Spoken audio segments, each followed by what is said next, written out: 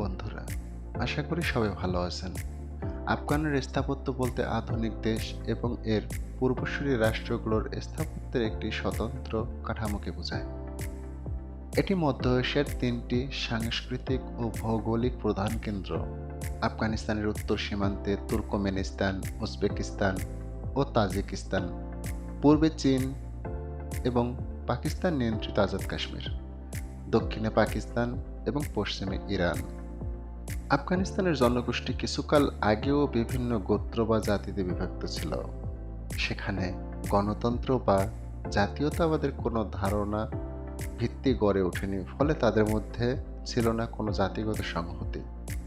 আদিকাল থেকেই তাদের ভিতর জাতি বা গোত্রগত বিভাজন ছিল, আর এ কারণে তাদের মধ্যে ছিল অস্থিতিশীলতা। গত কয়েক দশক পরে এখন আফগান এক নতুন পরিক্রমায় অতিবাহিত হচ্ছে।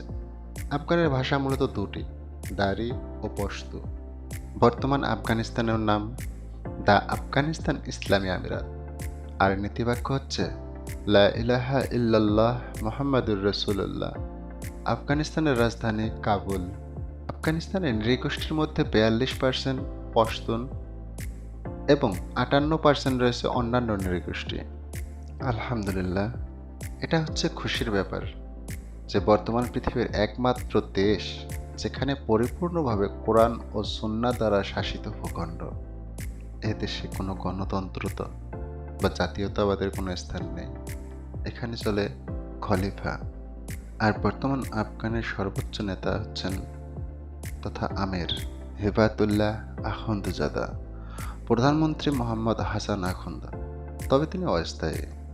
দেশটির আয়তন 6,52,867 বর্গ কিলোমিটার। দেশটির জনসংখ্যা প্রায় 4,02,18,234 জন। আফগানিস্তান প্রাচীনকাল থেকে এশিয়ার একটি গুরুত্বপূর্ণ অঞ্চল হিসেবে পরিচিত।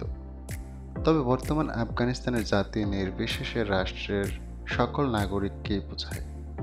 আফগানিস্তান সরকারকে সমষ্টিগতভাবে তালেবান বলে।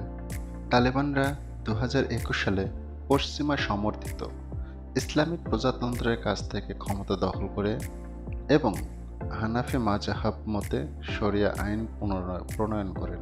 2021 সালের আগস্ট মাসে তালেবানদের ক্ষমতা গ্রহণের পর থেকে নিষেধাজ্ঞার পর নিষেধাজ্ঞায় জর্জরিত হতে হয়।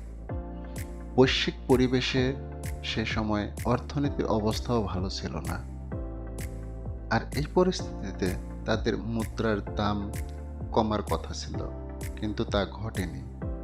আফগানিস্তান তাদের প্রতিবেশী দেশগুলোর সাথে তাদের ব্যবসা বাণিজ্য বাড়াচ্ছে, ফলে গত 3-4 মাসে আফগান মুদ্রার দাম বেড়েছে।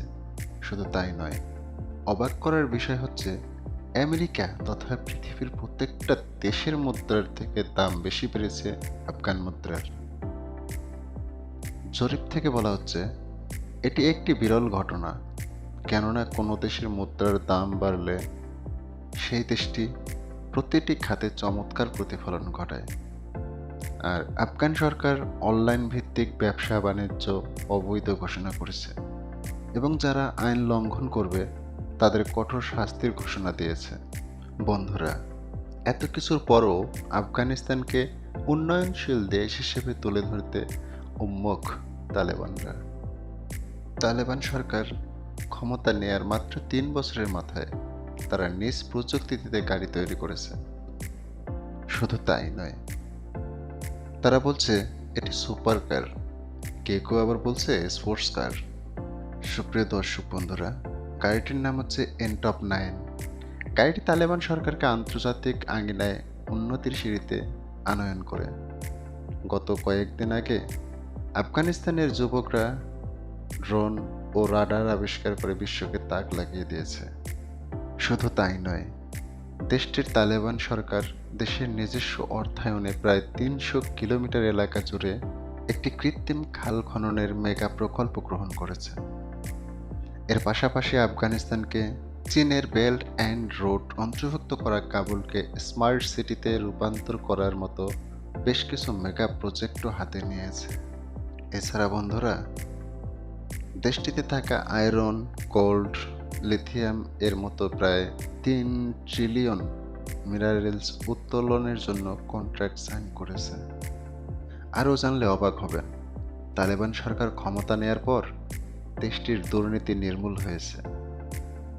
করাপশনের রিপোর্ট মতে 2021 সালে 180টি দেশের মধ্যে আফগানিস্তানের অবস্থান ছিল 174, আর সেটা মাত্র 2 বছর 2023 সালে 150তম অবস্থানে উঠে এসেছে।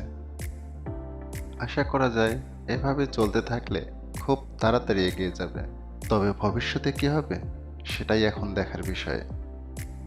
ইনশাল্লাহ তালেবান সরকারের কাছে পৃথিবীর সমস্ত শাসকের নথিপত্র থাকবে দেশ ও ভূখণ্ড করার। আজ এ পর্যন্ত বন্ধুরা, সবাই ভালো থাকবেন।